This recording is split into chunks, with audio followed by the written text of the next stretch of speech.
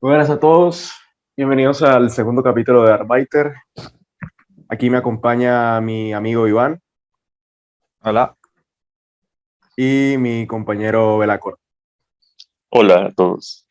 y mi persona Alexei. Hoy vamos a hablar de la conciencia genéricamente humana, así como de la conciencia abstractamente libre. El tema que aquí nos concierne, como el título claramente dice, es sobre la conciencia. Para poder abordar específicamente la conciencia humana, que es lo que aquí nos interesa, toca dirigirnos a las determinaciones más abstractas de esta. Y las determinaciones más abstractas de estas las encontramos más que nada en la forma en la cual los animales, en la forma en la cual la animalidad ocurre. Y por animalidad nos referimos a los animales o las cosas o los sujetos vivos no humanos. ¿Quieres seguir, Alexei? Sí, claro. Bueno, por decirlo de alguna manera, la conciencia animal no se organiza, a diferencia de la conciencia humana, a través de un conocimiento que se sabe por experiencia, de manera empírica. La, por llamarlo de alguna manera, el instinto, que es la manera en que se organiza la actividad animal, es una forma de conocimiento a priori, el cual responde a una necesidad inmediata que se resuelve de una manera u otra, como por ejemplo alimentarse, cazar, organizarse, reproducirse, encontrar algún lugar en el que pueda sobrevivir el invierno, etcétera. Todas estas actividades se organizan de una manera a priori, son heredadas de manera genética, por decir, de manera genética o por adaptación, y más que nada su propia materia se organiza a través de la alteración de su propio cuerpo, a través de lo que es la evolución.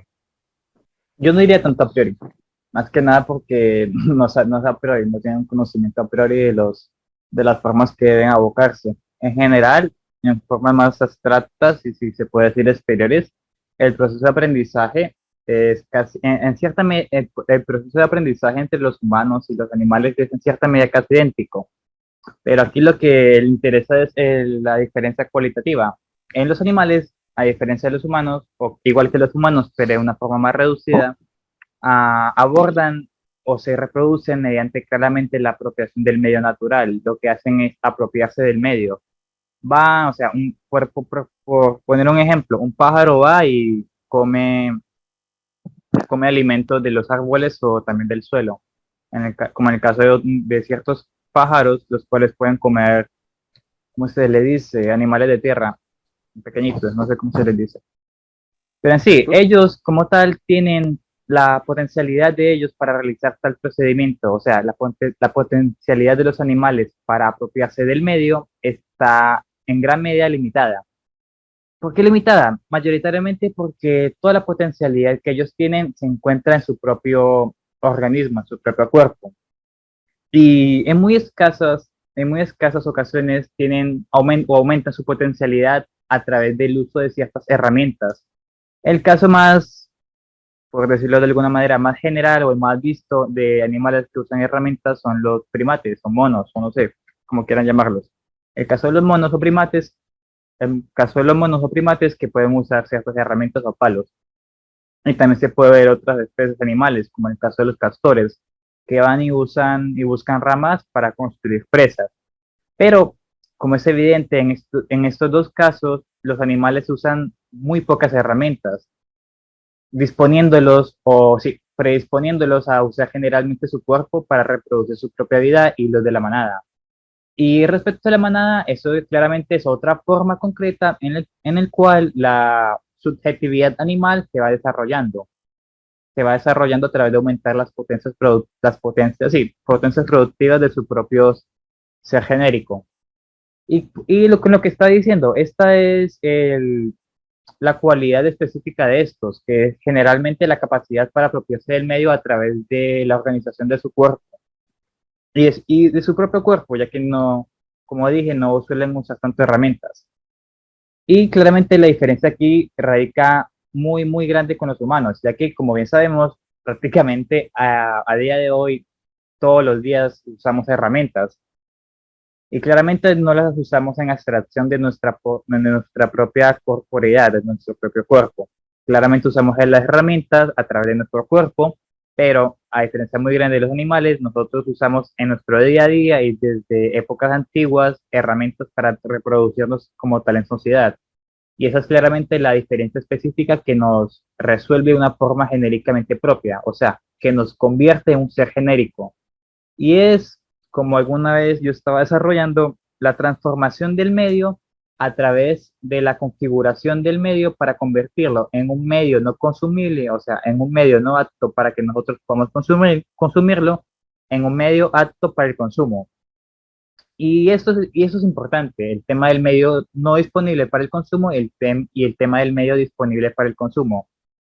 Por esclarecer, cuando digo medio, me estoy refiriendo a cualquier cosa de la naturaleza que un sujeto pueda coger y apropiárselo, consumirlo, usarlo para cualquier otro fin. Y como estaba diciendo, nosotros tenemos la capacidad para convertir los medios en no consumibles y pasarlos a consumibles. Y los animales también tienen esta capacidad, pero como había dicho, de forma muy limitada, ya que solamente tienen la capacidad para apropiarse, por decirlo de alguna manera vulgar, de apropiarse de lo que está ahí tirado. Mientras que los humanos pueden apropiarse mucho más, además de lo que está ahí tirado, ya que pueden transformar lo que está ahí tirado en un medio para el no consumo, en un medio para el consumo. Y es ahí donde entra el rol de las herramientas, ya que gracias a las herramientas o a los medios de producción, podemos aumentar nuestra capacidad o la disponibilidad del medio consumible para nosotros, ya que podemos transformar el medio justamente. Y no simplemente transformar el medio para consumirlo como alimento, sino también para usarlo para otros fines, como la vivienda, para ropa, para actualmente para construir edificios, carros, etcétera, etcétera.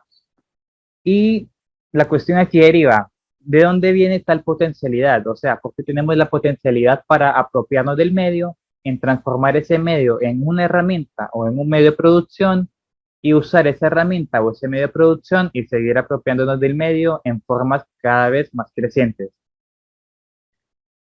Para mí, en este punto entraría claramente el tema de la conciencia, como les estaba diciendo, o la capacidad humana para regir su propia actividad. Y como había dicho, es la capacidad humana para regir una actividad que es la que le permite diferenciarse genéricamente respecto a los animales. Y no sé si Alexei o Belacor quiere hablar de esta capacidad, o sea, de la conciencia humana. ¿Quién de los dos? Ah, te quedaste en la conciencia humana, ¿verdad? Sí, ya pasé de la conciencia propiamente animal a la conciencia humana. Bueno, pues como nos dijo Clary en los anteriores Iván. ejemplos que nos digo, Iván, perdón. Ahora hablamos de la conciencia humana, que es totalmente diferente o bueno, que se va a diferenciar mucho por lo mismo que decía sobre las herramientas y el medio que tenemos. Y esto nos pasa con la conciencia misma, que en este caso, cuando hablamos del capital, tenemos algo que nos enajena, que es el mismo capital. En este caso, la conciencia enajenada podría definirse como una conciencia que es abstractamente libre, o como somos nosotros, abstractamente libres. Entonces, aquí quiero que mi amigo Alexei nos platique un poco más sobre sobre ese tipo de conciencia y qué son sus características y demás. Esperen, esperen. Antes de ir directamente a la conciencia enajenada, faltaría el tema de la conciencia social, por así decirlo. Sí, Que eso es estaba la forma pensando. en la cual uno organiza su propia acción en sociedad.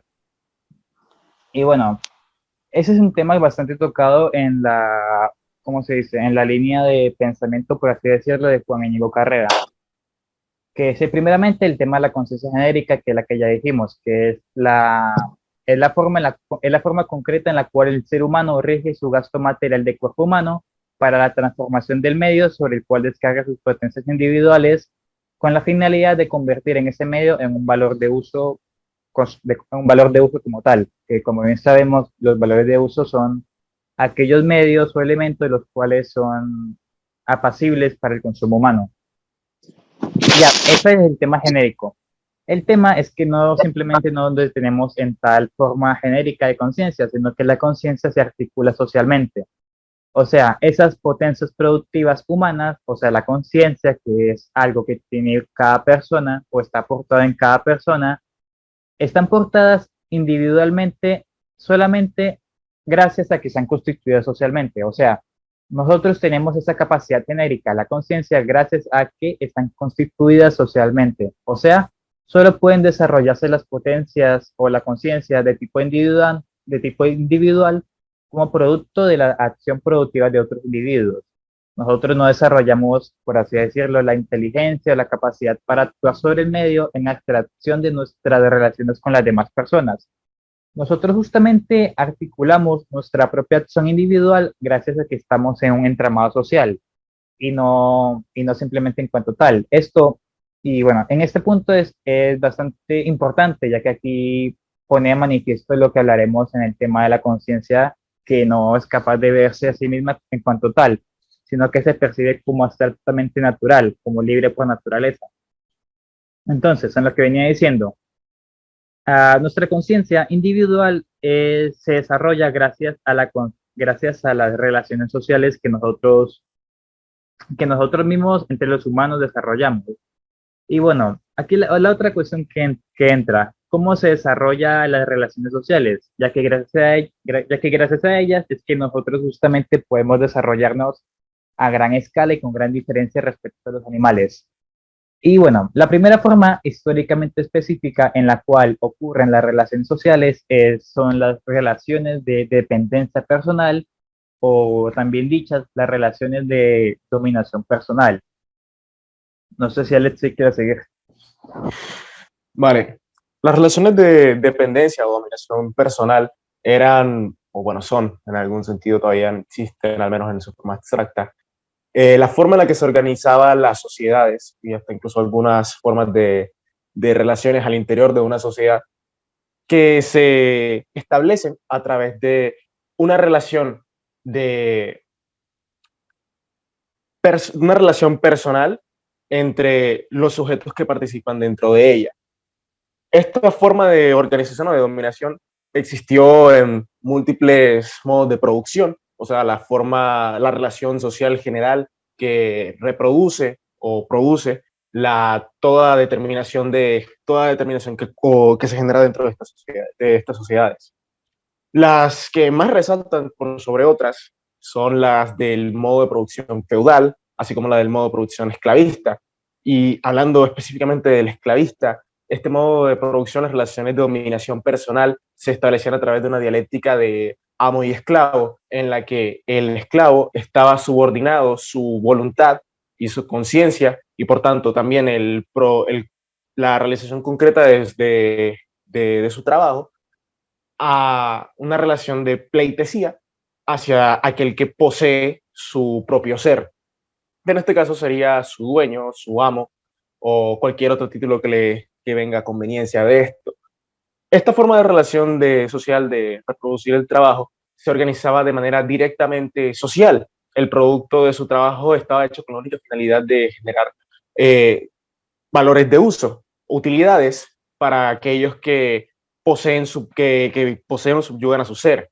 Y por el caso del amo, este domina la relación, dentro de la relación al subyugar o coaccionar al propio esclavo, pero a su vez se ve dependiente de sus relaciones con sus esclavos, ya que toda actividad que ellos realizan, así como también la manera en la que se puedan subsistir sus propias necesidades nacidas de la fantasía o pues sí, del deseo, así como también de sus propias necesidades animales, humanas, como el hambre o hasta incluso la propia, cualquier momento de una necesidad animal, para ser más específico, dependen exclusivamente del producto del trabajo de aquellos esclavos que posee. Otra forma de organización sería la del feudalismo y demás, que podríamos indagar más a fondo, pero más que nada se construye más bien se produce de esta relación social a través de a través de esta misma relación general de su sociedad. Esta forma concreta de organizarse la conciencia humana encuentra su propia superación a la forma en la que avanza la realización de lo que es la abstracta libertad o la naturalización de la libertad, en la que los sujetos que en un primer momento o que avanzan hacia la negación de su propia relación de subyugación, de dominación con sus amos, se constituyen, o mejor dicho, se forman a sí mismos en lo que es una relación independiente, en la que todo sujeto ahora no tiene lazos de dependencia que lo aten o que lo organicen a, a relacionarse exclusivamente con esta persona para poder producir su propio trabajo, para poder reproducir sus propias condiciones de vida. Claro, y es lo que nos veníamos, bueno, lo que venían hablando mis compañeros sobre cómo los lazos de dominación, como tal, la dominación humana terminan con el capitalismo. En cierta parte, ya que pues el capitalismo termina con esos lazos de dependencia entre uno y otro ser, pero se terminan eh, reforzando en otros tipos de aspectos como la dominación económica, la dominación, no sé, entre pues el capitalista y el obrero y lo que empieza como la lucha de clases en un nuevo sistema. Pero retomando también el tema, es claro que en este tipo de dominaciones, pues se nos presentan otra vez sujetos entre una relación desigual y claramente, pues el capital cuando llega y derroca todos los anteriores sistemas de dominación, empieza con un nacimiento de una nueva libertad, por así decirlo, que es con lo que conocemos como abstractamente libres, porque sabemos que en el capital pues no somos libres como tal. Y ahora hablaremos de este tema también. Quería mencionar un poquito más sobre el tema de las relaciones de dominación personal. Como había dicho con antelación, es la primera forma específica en la cual el humano propiamente dicho se va desarrollando. Y la primera forma concreta de la relación de dominación personal se pueden decir que son las tribus de la antigüedad, claramente. Ellas se articulaban a través de relaciones entre sí mismos, dependían de sí mismos y organizaban cada uno sus potencias productivas individuales a través de depender cada uno de las personas mismas. Esta forma concreta más simple de dominación personal se va desarrollando a través de la jerarquización de la relación social. O sea, por decirlo de alguna manera muy vulgar, se van creando grados sociales, en la cual en el grado más alto, por así decirlo, el grado más alto está dotado de la capacidad de determinar a cada voluntad individual. O sea, cada persona o individuo de la tribu o aldea depende de ese grado social más alto, o de las personas que ocupan ese grado social más alto para reproducirse en sociedad. Gracias a esas jerarquizaciones que se pueden articular formas más avanzadas de potencias productivas, ya que con ese grado de organización, por así decirlo, se pueden llevar a cabo procesos productivos más amplios, como el tema de ¿cómo se llamaba?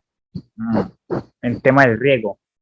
El tema de riego creo que es especial por el tema de la India, ya que allá en un estado centralizado pudo gestionar bien las potencias productivas del lugar para poder llevar a cabo a cada persona los respectivos trabajos útiles.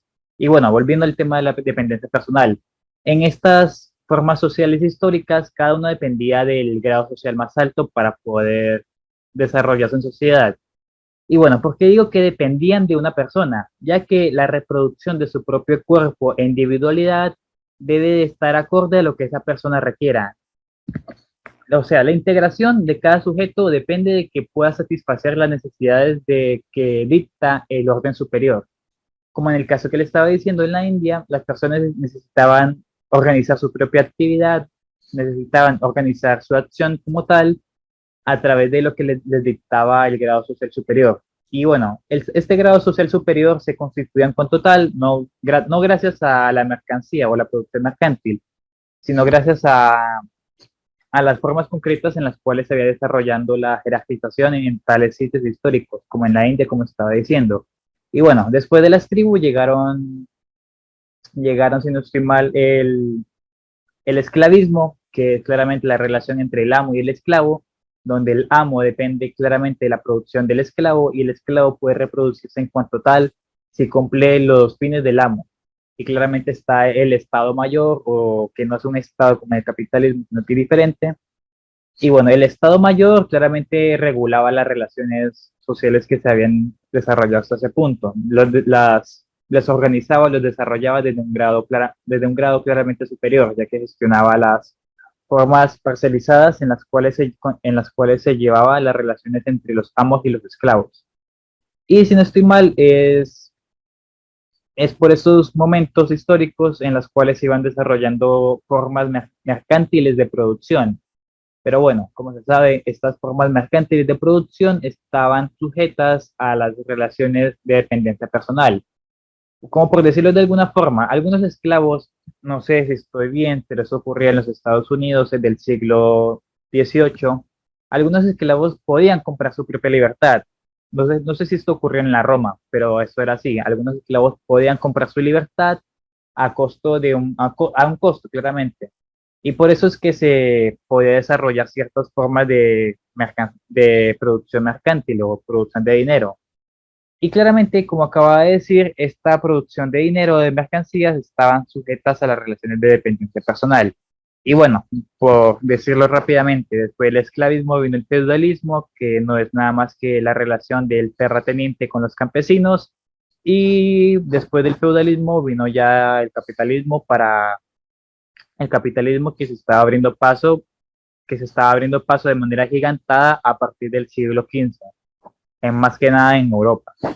Y llegamos al capitalismo, que es el tema que aquí nos corresponde, que es el tema de la conciencia, por, que la conciencia como tal no es abstractamente libre, como decía Belaco. La conciencia no es abstractamente libre, ya que una conciencia abstractamente libre hace referencia a una forma de organizar la opción individual y que esa forma es igual en todas las sociedades, como un tipo de conciencia que es libre por naturaleza. Y como estábamos diciendo, la conciencia no es libre por naturaleza, la conciencia está sujeta a determinadas formas concretas el, de desarrollarse la sociedad. Como habíamos diciendo, en el caso de la relación de dependencia personal, el desarrollo de la sociedad estaba sujeta a los vínculos sociales, a los vínculos entre la misma persona. Las personas pueden desarrollarse siempre y cuando tenían vínculos con otros sujetos. Por eso es que nosotros, como vamos a explicar, y en el caso del capitalismo, no estamos hablando de una conciencia abstractamente libre, o sea, una conciencia que se ve a sí misma como libre por naturaleza, sino que vamos a mirar a una conciencia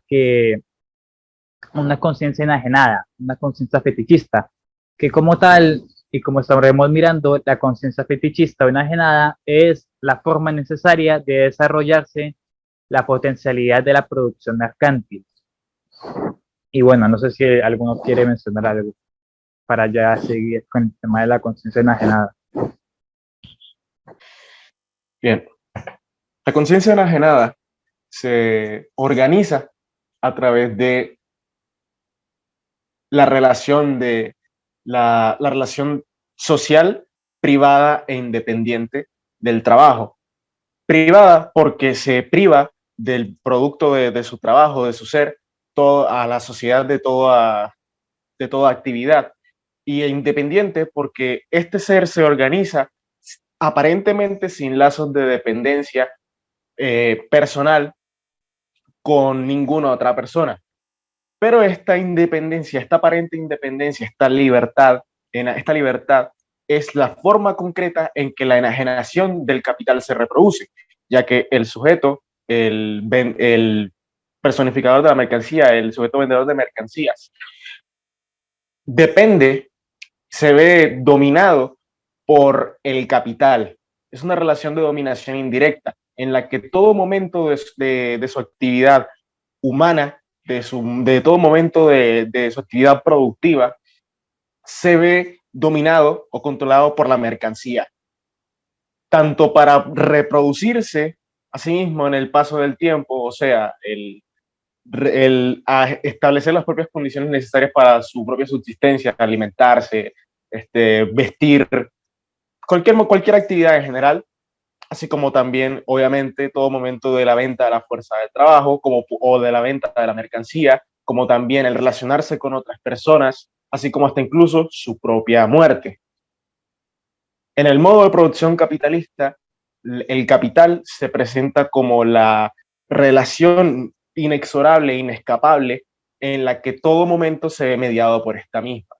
Y esta enajenación se presenta de múltiples maneras. No sé si alguien quiera desarrollar desde allí. Yo. Pero antes, como había dicho yo antes de que iniciara Mateo o Alexei, la conciencia enajenada, como había desarrollado Alexei, la conciencia enajenada es una forma de desarrollarse la producción mercantil. Pero, ¿qué es la producción mercantil? Como bien había dicho Alexei, antes, en relación de dependencia personal, cada sujeto se relacionaba mediante vínculos de dependencia personal. Sin embargo, esos vínculos se van disolviendo, o sea, no se van desapareciendo en cuanto tal, sino que dejan de ser vitales para que la sociedad se reproduzca en cuanto tal. Y cuando digo que la sociedad se reproduce en cuanto tal, me estoy refiriendo a que la sociedad desarrolla sus potencialidades productivas sociales. O sea, la sociedad desarrolla su potencialidad productiva en cuanto tal. Y esto se ve en el desarrollo de las fuerzas productivas, que cuando digo fuerzas productivas me estoy refiriendo al desarrollo de la sociedad en cuanto tal. Entonces, como íbamos, al superarse o al irse disolviendo las formas de dependencia personal como forma más abstracta, general de desarrollarse las fuerzas productivas, lo que ocurre es que los sujetos pues son libres, ya no están atados a vínculos de dependencia personal. Pero justamente por esta libertad que adquieren es que no poseen la potestad social, o sea, la potencialidad social de entrar en vínculos sociales con los demás, ya que como habíamos visto, la forma para entablar vínculos sociales con los demás era gracias a que esta era la forma más general de organizarse la vida social. Pero ahora, cuando se disuelven los vínculos de dependencia personal, lo que tiene que hacer cada individuo es atribuir o materializar o producir productos materiales que tengan un carácter social. O sea, lo que tienen que hacer una persona justamente es producir un producto que tenga la capacidad de intercambiarse con otro producto en el mercado. Si esa persona no puede producir un producto que tenga tal capacidad, no puede claramente establecer vínculos sociales con los demás. Y bueno, de este modo, el libre ejercicio de la conciencia y voluntad de cada persona se da gracias a que su reproducción individual está sustentada en la organización social del trabajo global, siempre y cuando esté mediado por las potencias sociales del trabajo social invertidas. Y bueno, ¿por qué digo trabajo social invertidas? Como habíamos dicho, cada sujeto tiene la capacidad de entrar a una relación social, pero esto solo se permite si tal trabajo social que cada persona tiene en su persona puede dárselo a su producto material.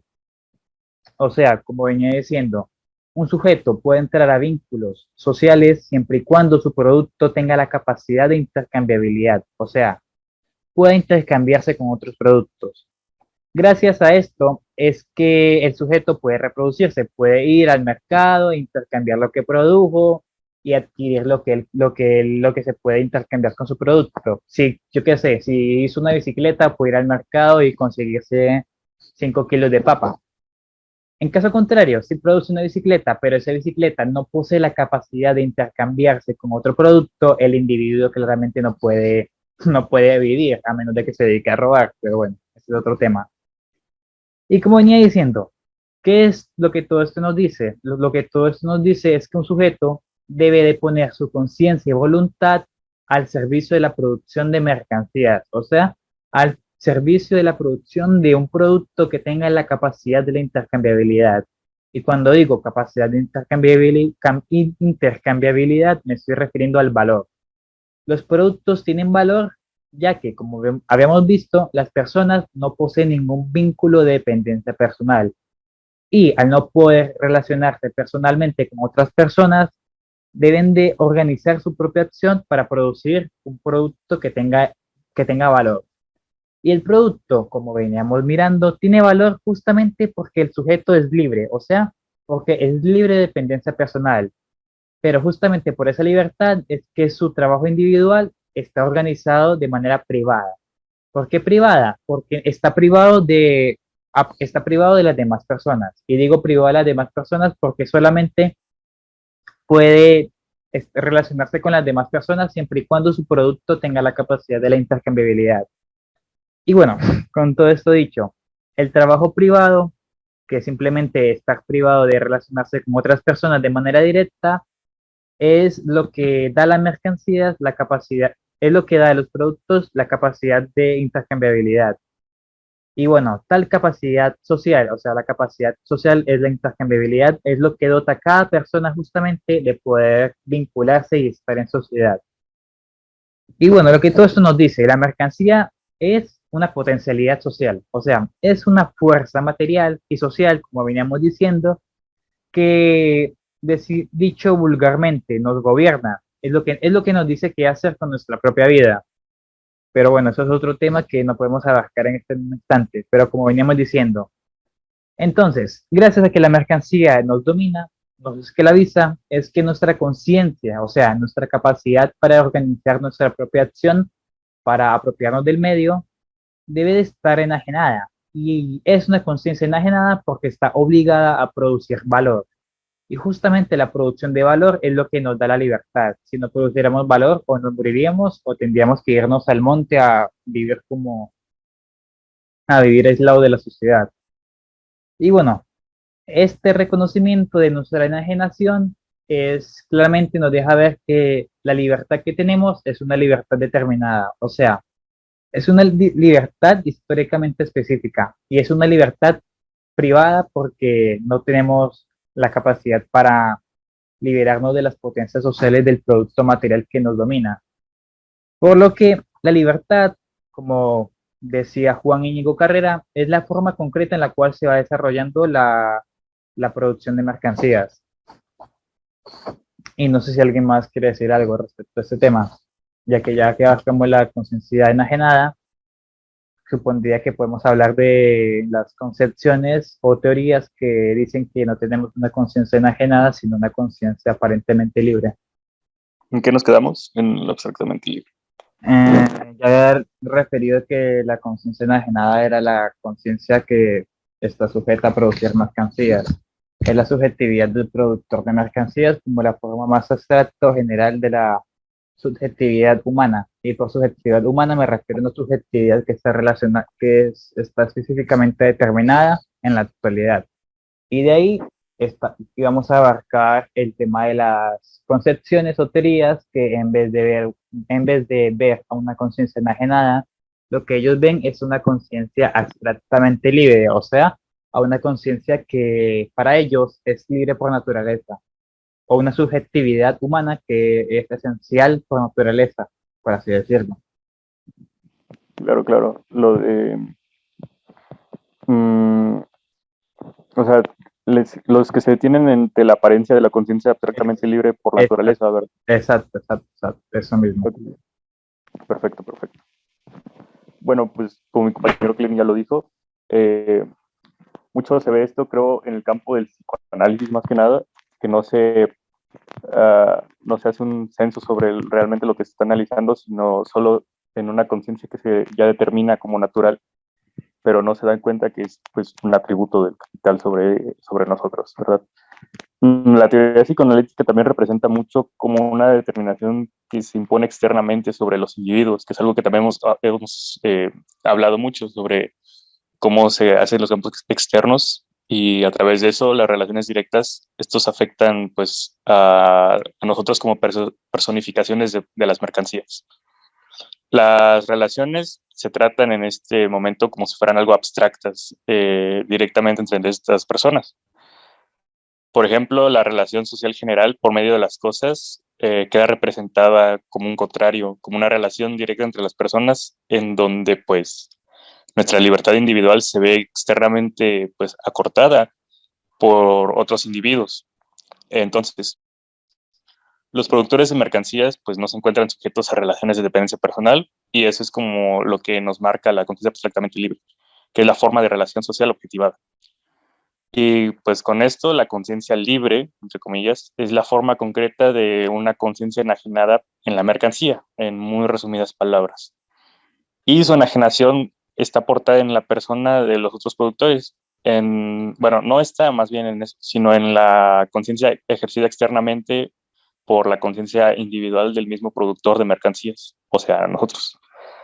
Bueno, la dependencia externa respecto de las personas se presenta ahora como un deber del ser social, en que, pues, ya concebido como genéricamente propio de la subjetividad humana, se nos presenta la apariencia de su interdependencia social. Y pues bueno, ¿esto qué quiere decirnos?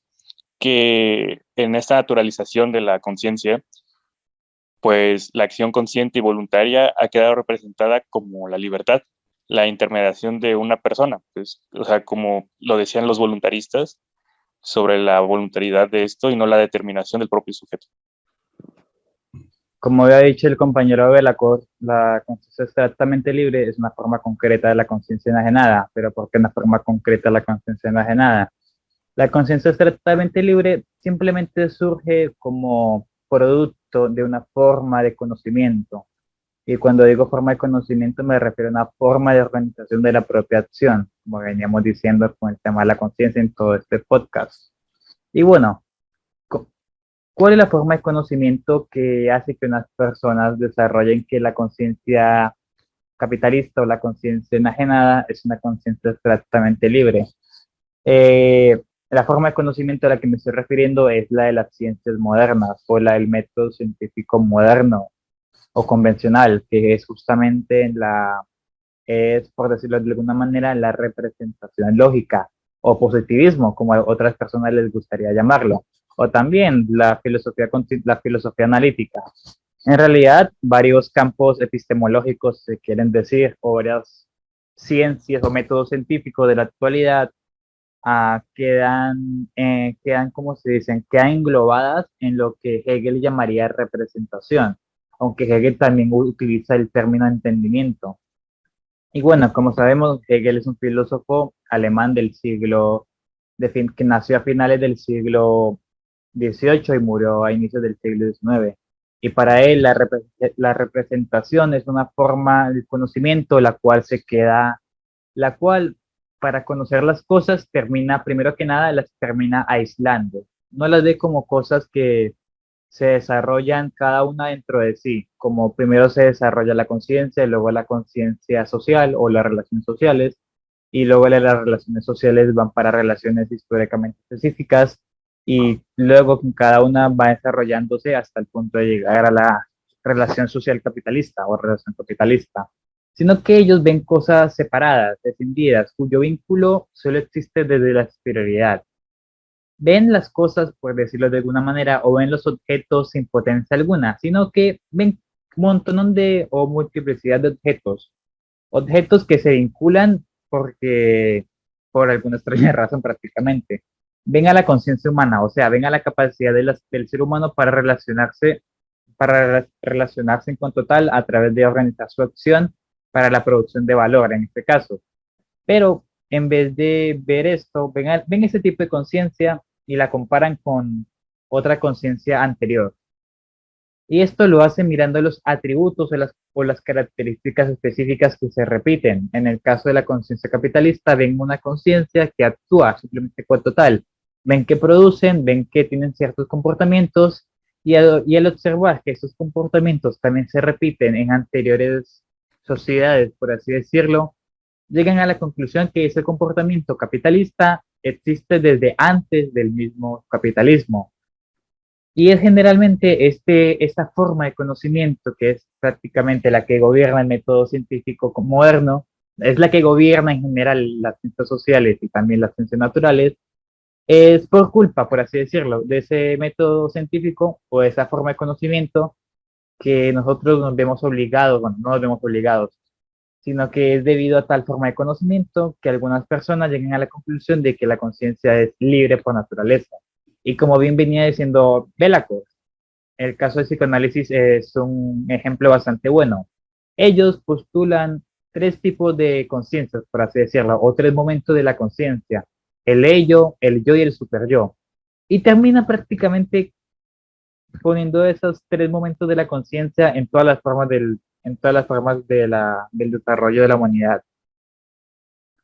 Entonces, gracias a esto es que Freud, no sé cómo se le dice, que es el padre del psicoanálisis, termina diciendo que el comunismo es imposible, porque la conciencia o formas de la conciencia capitalista son prácticamente inmutables. Y debido a eso es que para él la conciencia es una conciencia libre por naturaleza. Y lo mismo vale para los filósofos, que generalmente conciben al ser humano como con algún aspecto esencial que no es capaz de cambiar. Y lo mismo vale para los genetistas o para los biologicistas, como yo les digo, que ven a ciertos atributos humanos actuales y los terminan extrayéndolo de las relaciones sociales y terminan diciéndolo que esos atributos genéticos, por así decirlo, son infinitos, o sea, siempre han existido. Y bueno, mediante esos procedimientos que derivan de su forma de conocimiento científico, es que estas personas, estos teóricos, estos profesores, terminan diciendo o terminan naturalizando a la conciencia enajenada. Y al naturalizar a la forma de la subjetividad de la producción capitalista, terminan claramente naturalizando al mismo capitalismo. Por mucho que su discurso diga que va en contra del capitalismo, que digan que no son capitalistas, bla, bla, bla, bla, terminan haciendo lo que los capitalistas, lo que los liberales o narcocapitalistas hacen, que es naturalizar la conciencia enajenada. Vale. En Dale. la ciencia, como lo mencionas, se parte de una externalización del conocimiento. Esto como también producto de esta representación lógica de, de la propia sociedad capitalista, así como también del conocer cómo se produce a dicha sociedad. En el campo del derecho, de las ciencias sociales en general, se, existe un consenso de que el mundo no se puede, no se puede conocer objetivamente, no se puede, no se puede avanzar hacia la conformación de un conocimiento real del mismo, solamente se puede interpretar o todo aquello relacionado al ser humano siempre va a ser visto como la humanidad en relación a su medio, como si la misma humanidad fuera algo ajeno a las propias relaciones sociales que existen en él. Esto más que nada se presenta cuando, por ejemplo, no sé, es muy común cuando se estudia psicología o se estudia derecho, cuando se habla de esta regulación de la conducta humana. Se asume de que la conducta humana es una conducta libre, una conducta ahistórica, la cual al entrar en contacto en sociedad se produce o se controla o se bueno, sí, se ve regulada de acuerdo a estas interacciones con lo material, con lo empírico. Hay casos muy marcados de autores como por ejemplo Weber, que en el derecho se habla de una división de lo que se asume que es el derecho en cuanto a algo material y en cuanto a algo formal o inmaterial, algo externo, algo que existe únicamente como ley, mientras que lo material sería única y exclusivamente lo que es, entre comillas, palpable o visible. Esta división es bastante, por decirlo de alguna manera,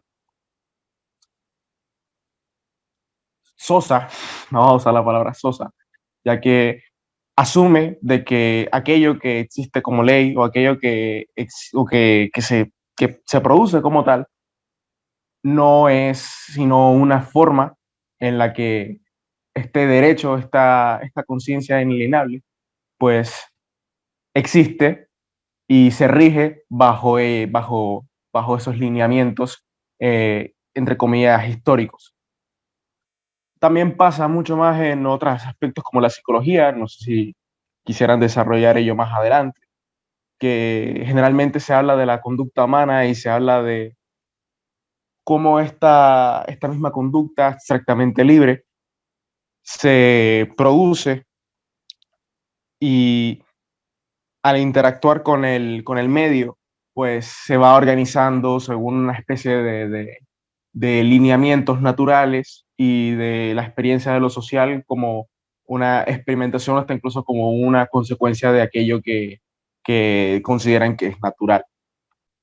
Claro, es que si hablamos de todas las ciencias o todos los campos de psicología, partimos del mismo error sistémico de la representación sobre este método científico que ha dominado en el mundo de la producción capitalista, que sería, pues, en este caso, la representación que siempre parte necesariamente de conceptos, categorías o de la definición como tal, pero pues por el contrario o por donde se quiere dar a entender otra opción, que sería el método dialéctico, pues arranca de otra forma, sobre la opción inmediata del concreto mismo.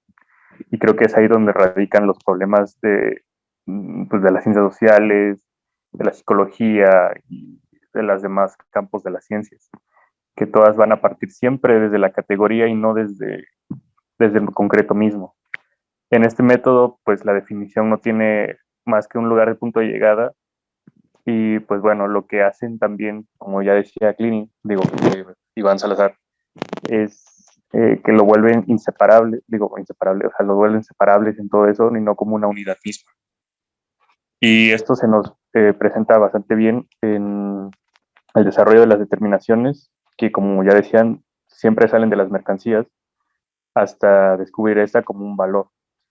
Entonces, lo que hace esto es, bueno, en este caso, como la psicología o como las ciencias sociales, que no creo que no se den cuenta, pero creo que sí lo hacen de forma muy eh, descarada, por así decirlo, es que siempre van a partir desde lo mismo, que son mercancías, que pues eso es lo que parte del ser humano, que el desarrollo de esta contradicción tiene expresiones muy acabadas, como el desarrollo de la cambiabilidad y su determinación como objetos sociales, vaya, que todas ellas nieguen su cambiabilidad inmediata o cosas por el estilo para convertirse de nuevo en categorías, erigiendo como una representación que, bueno, ya lo dice Marx en otra cosa, que la forma 3, que la mercancía representa una cambiabilidad inmediata y, bueno, como tal, nunca vamos a superar este tipo de cuestiones por el mismo hecho de que no superaremos eso hasta superar la mercancía, básicamente.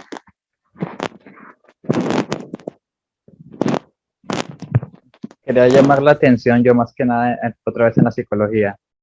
Más que nada, como se sabe, la psicología suele diagnosticar personas con ciertos, ah, ¿cómo se dice? Con ciertas enfermedades. Y la base para hacer todo el procedimiento es a través de ciertas teorías. Y como habíamos dicho, la forma en la cual la psicología o las ciencias en general conoce es a través de la representación, o sí, a través de la representación, por así decirlo. Y claramente hay un problema con esto. La psicología ve a la cultura como meramente un agregado de costumbres en la cual se han ido desarrollando las personas. Bueno, una parte de la psicología ve el tema de la cultura como factor determinante en ciertos aspectos psicológicos, aunque en realidad la mayoría de la psicología simplemente ven, por una parte, la cultura y por otra parte, la biología. Y luego se inventan otras cosas como lo social o está el tema biológico, no sé, algo así, psicológico, biológico, social y cultural. Literalmente una rama de la filosofía que enfoca esas cuatro cosas separadas. Y como habíamos dicho, la representación o el método científico moderno parte de la separación de las cosas y mediante esa separación se ponen a investigar y hacer sus teorías todas locas. Y bueno, esto es particular ya que al hacer tal separación no son impotentes de ver que las enfermedades actuales son capitalistas, por así decirlo. Son enfermedades que tienen una base capitalista y, como venía diciendo, la cultura es un caso muy particular Por decirlo de alguna manera, la cultura familiar, o sea, el hecho de que tengamos que formarnos en familia y desarrollarnos en familia y en determinada época alejarnos de nuestras familias y vivir en otra parte. Esto es una forma cultural, claramente venía de antes del capitalismo, pero si se mantuvo en el capitalismo es porque justamente la producción capitalista la necesitaba para algo. Y para nosotros, la familia se necesita en el capitalismo o en la actualidad debido a que es una forma bastante adecuada para la reproducción de cada sujeto, para que se vaya desarrollando con total y pueda seguir produciendo valor. Y ese es el rol concreto que cumple la familia. Es una institución cultural, como suelen decir los cientistas sociales, pero no es así, no simplemente surge porque sí, porque la gente quiere formar una familia y una familia por vida genética, sino que tiene un rol históricamente específico. ¿Y por qué decimos que es importante el rol históricamente específico? Porque justamente si no cumpliera si no cumpliera nada para el capitalismo, si no sirviera para lo que el capitalismo necesita, es que la familia simplemente se disolvería. Bueno, no se disolvería, sino que empezaría tendencialmente a ser cambiadas por otras formas de reproducción de la fuerza de trabajo, que se está viendo prácticamente, ya que la familia tradicional, como les gusta llamarlos a los americanos, la tan famosa familia tradicional, que es más que nada defendida por los conservadores, está empezando a ser reemplazada por otras formas de familia, como ya no es la clásica división entre una mamá y un papá, sino que está siendo mamá, mamá, papá, papá, y etcétera. Y bueno, esto es una forma bastante evidente en la cual se expresan las transformaciones que van pasando en la familia. Y bueno, ya volviendo al tema de la psicología, como habíamos dicho, ve a la familia como algo natural. Pues, normalmente se ve como algo natural, aunque hay algunos psicólogos que ven transformaciones en la familia, pero nunca ven el tema del capitalismo, lo dejan de lado o lo relacionan exteriormente, nunca ven a la familia como una forma concreta históricamente específica. Y es históricamente específica porque cumple un rol. Y como habíamos dicho, nosotros no partimos desde la representación, o sea, para nosotros la familia como una forma concreta no se determina por la simple repetición de sus atributos, ya que si avanzáramos por esas partes, claramente veríamos familia hasta en el pleito, hasta en épocas antiguas, hasta el 1000 antes de Cristo. Pero eso es una forma incorrecta de proceder, ya que la forma correcta es, como estábamos diciendo, no es la representación, sino es de mirar cuáles son las potencias que se encuentran realizadas en la familia, cuál es su necesidad de existir. Y como habíamos dicho, su necesidad de existir es justamente la reproducción de la subjetividad de cada individuo. Y bueno, volviendo al tema de la psicología otra vez, ellos ven a la familia como algo o biológico o social, pero socialmente abstraído de las relaciones sociales, algo muy raro. Y bueno, la familia, como visto desde un punto de vista de la cultura, claramente forja ciertas normas de comportamiento. Esas normas de comportamiento son necesarias para el capital. Y bueno, las normas de comportamiento claramente se interiorizan en cada individuo, haciendo lo que desarrolle su propia subjetividad.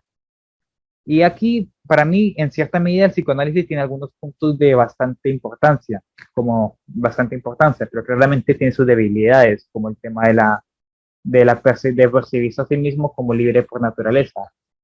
Pero es bastante claro en algunos puntos, como en el tema de la generación de ciertas enfermedades psicológicas, por así decirlo, como el tema de que alguien, si bien está bien con la familia y cumple ciertas normas culturales, está sujeto a cumplir esas normas culturales. Si no las cumple o está presionado a que la familia claramente lo excluya, provocándole claramente daño psicológico, y al producirle cierto daño psicológico, la persona se patologiza, o sea, es una persona que no cumple los criterios de normalización de una persona. O sea, no es una persona normal, es una persona enferma. Y esa enfermedad, o sea, es una persona enferma porque el capitalismo así lo decide, porque es una persona que no puede reproducirse según los criterios de acumulación de capital. Y bueno, al estar enferma, o sea, al no cumplir los criterios de normalidad del comportamiento capitalista, se proceden a las formas de tratamiento médico, y aquí es donde entramos los psicólogos. Y los psicólogos, como se acaba de ver, no son sujetos que existen por mera voluntad, sino que están determinados como los sujetos encargados de regularizar las conductas o el comportamiento de las personas. Y digo normalizar porque, ¿por qué alguien va al psicólogo? Justamente alguien va al psicólogo para dejar, generalmente, para dejar de tener patrones conductuales que sean ajenos a los normalizados. Y aquí se acaba de ver lo que estaba diciendo. La enfermedad no existe porque sí. O sea, al menos la enfermedad psicológica. Está el tema de las lesiones físicas, que claramente son otros tipos de enfermedades, pero son temas que aún no investigo. Pero sí, volviendo al tema de las enfermedades psicológicas o trastornos mentales, que aquí es el colmo, porque le dicen mentales. Porque le dicen mentales cuando no son mentales, son trastornos sociales, como les acabo de explicar. Y justamente ese es el punto o el contenido, la dinámica más general de la psicología, que es el tema de la normalización y los criterios fuera de la normalización, que son las patologías. Y en base a tales patologías que las personas se diagnostican. ¿Y la psicología qué hace? La psicología coge tales criterios diagnósticos de patologización y y los vuelve naturales, o sea, los vuelve para ponerlos a otras personas de otros momentos históricos. Dicen que, yo qué sé, Aristóteles tenía esquizofrenia, porque sí, porque cumple los patrones o los criterios de diagnósticos que se desarrollaron en el capitalismo. Y, y como arte de magia, se vuelve a naturalizar las conductas capitalistas o las conductas de los sujetos que viven en el capitalismo. ¿Y qué se hace? Lo que veníamos diciendo, se naturaliza todo el capitalismo. Se dice que somos capitalistas por genética, por así decirlo, aunque la genética también está determinada capitalistamente, por así decirlo. Y bueno, los genetistas en otro caso peor, naturalizan aún más las cosas, cuando claramente la genética, por así decirlo, los rasgos genéticos son claramente otra vez determinados o son necesarios para el desarrollo capitalista. Si un patrón genético no se necesita, se disuelve o se transforma en otros patrones genéticos. Y creo que eso sería todo en lo que me refiere. No sé si alguien ya quiere agregar algo más o terminamos. Faltan 8 Yo creo minutos. que con todo desarrollado hasta ahora, creo que está bastante bien. Creo que ya con todo el desarrollo de ahora es suficiente. Sí. ¿Alguien quiere llegar a una conclusión respecto a todo esto? Que, Es- que no ¿Quieres partan de hacerle? conceptos, rechacen el método científico dominante y que estudien el método dialéctico. Algún día abordaremos el tema del método, que para mí aún me sigue siendo pesado. Para todos. Esa es la conclusión, más que nada, que bueno, estamos determinados, estamos sujetos a producir mercancías, pero eso no significa que no seamos, que no tengamos una voluntad para hacer las cosas. Claramente tenemos una voluntad y una potencialidad individual, pero como estamos diciendo, está condicionada, por así decirlo, por lo que tenemos a nuestro alcance, está condicionada por las relaciones sociales imperantes. Nosotros no podemos, yo qué sé, armar un partido y derrocar al Estado porque tengamos la mera voluntad. Debemos de articular nuestra acción a ciertas condiciones sociales. Y ahí se muestra que no tenemos una voluntad, una subjetividad libre que puede hacer lo que quiera, sino que está condicionada claramente. Y bueno, ese condicionamiento no significa que estamos simplemente sujetos a la hora. Claramente podemos buscar otras formas de llevar a cabo lo que nuestros objetivos tenemos. Y ese es el tema de la revolución que tanto nos interesa. ¿Es posible? Claro. Ahora es posible, no tenemos ni idea.